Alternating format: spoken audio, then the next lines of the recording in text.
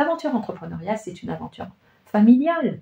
Tout le monde est inclus parce que quand on rentre à la maison, on en parle, on a besoin d'échanger, parce que des fois, il y a des choses qui sont difficiles, certes, mais il y a des choses qui sont très agréables aussi, d'aller dans la découverte, de la construction d'une nouvelle activité.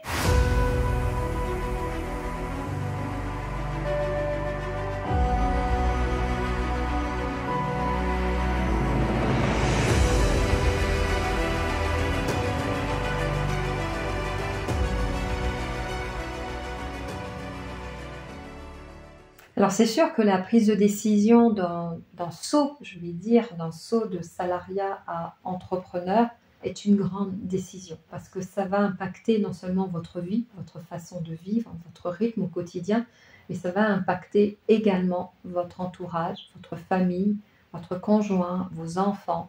Et je dirais, s'il y a des qualités spirituelles à développer pour prendre ce type de décision, c'est de connaître parfaitement, on ne sait jamais parfaitement, mais d'être conscient de ce que vous allez quitter en quittant ce salariat et vers quoi vous allez dans l'entrepreneuriat. Alors ça peut vous donner un peu le vertige en vous disant mais si j'ai pas beaucoup de clients au départ, comment je vais faire pour aller vers cette entreprise?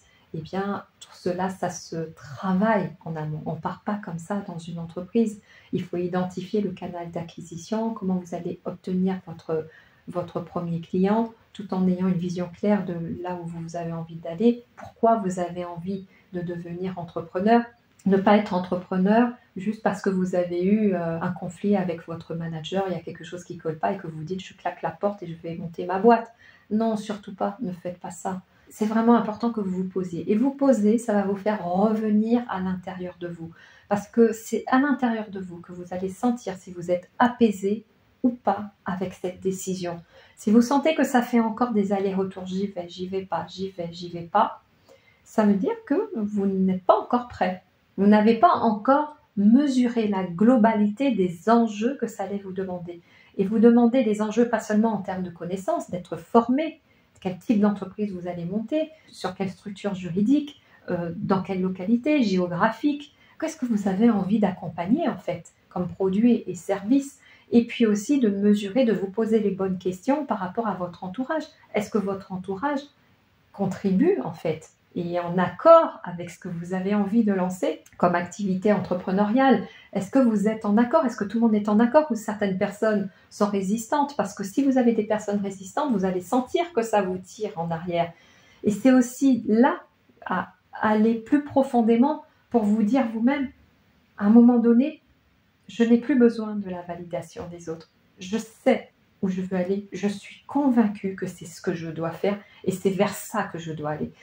Et ça demande un retour à soi, ça demande une écoute profonde de soi-même, ça demande aussi de s'isoler parfois pour s'entendre, pour entendre aussi le brouhaha ou l'agitation à l'intérieur.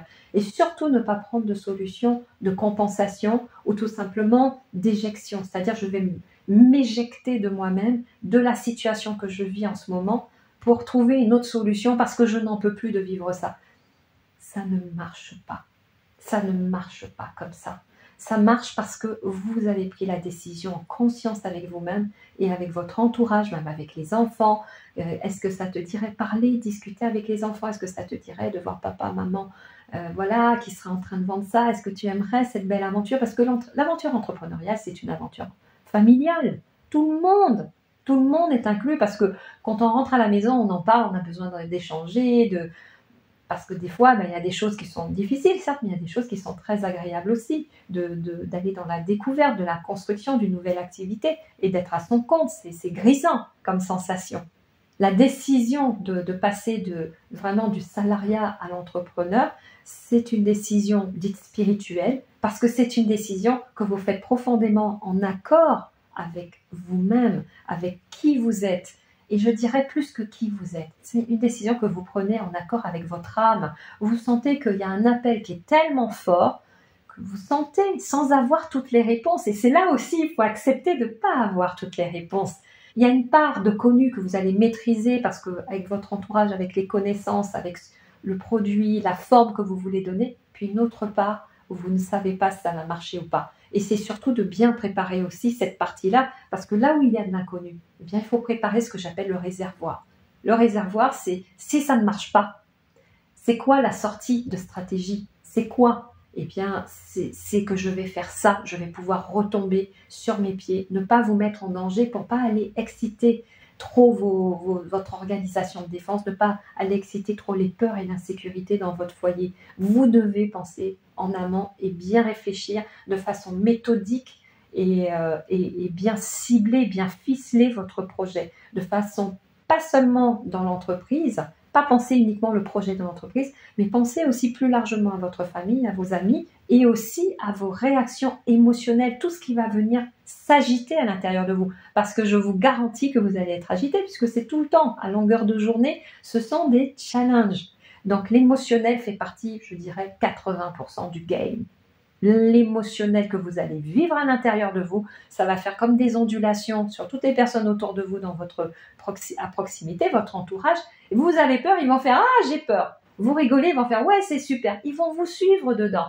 Donc, prenez le temps, recentrez-vous, priez, méditez, isolez-vous. C'est pas votre truc, eh bien, isolez-vous, allez marcher au bord de la rivière, sur la pelouse, allez en nature, allez seul pour faire ce point-là avec vous-même.